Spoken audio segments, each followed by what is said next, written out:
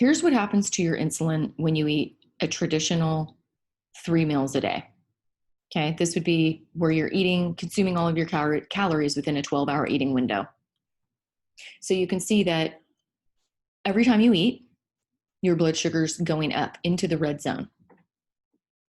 And then when you are hungry, it's dipping down into the green, which is where you start to barely scratch the surface of turning your metabolism towards looking for another fuel source because you run out of glucose.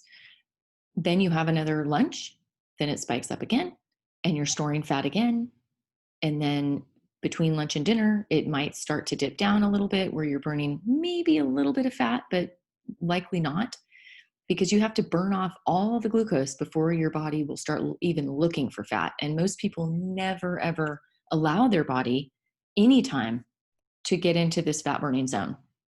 And then there's dinner. And then maybe even a snack or a glass of wine after dinner. So this is a good example of the blood sugar roller coaster that keeps you in a constant holding pattern of fat storage and never allows your metabolism to really get into a fat burning state. Okay, so let's look at the green zone.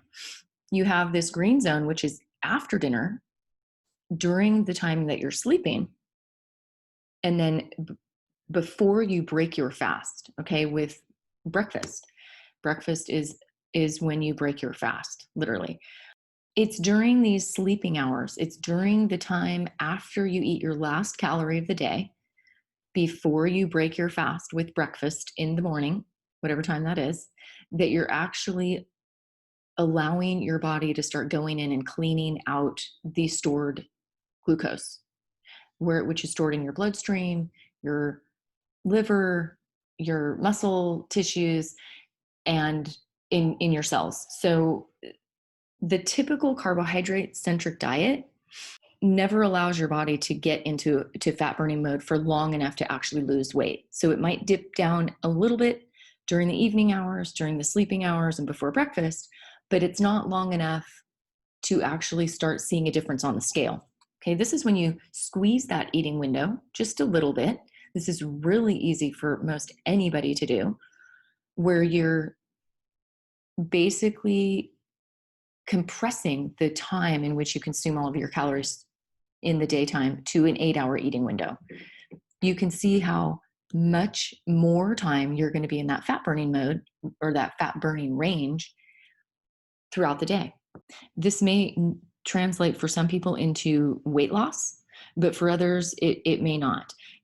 It does, however, give your metabolism a bit more time to rest and your digestion a little bit more time to rest, which is a good thing.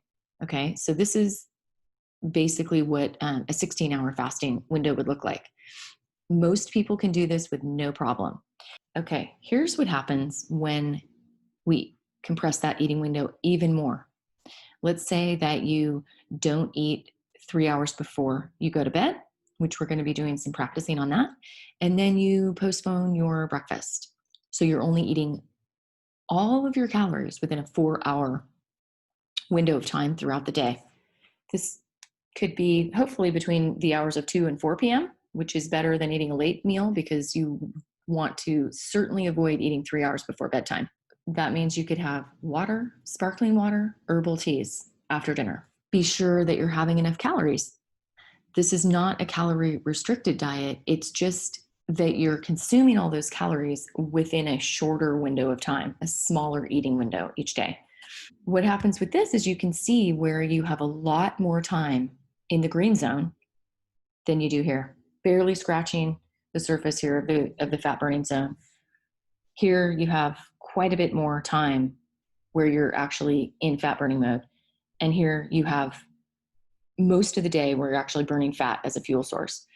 Then what we're going to do is if you couple this with eating a low carb meal during this 4-hour window, which we're going to work on later, you never really spike your blood sugar. So you could be in fat burning mode 24 hours in the day without ever having to deal with this fat storage mode at all. And that's when you're going to see the most weight loss occur. Okay.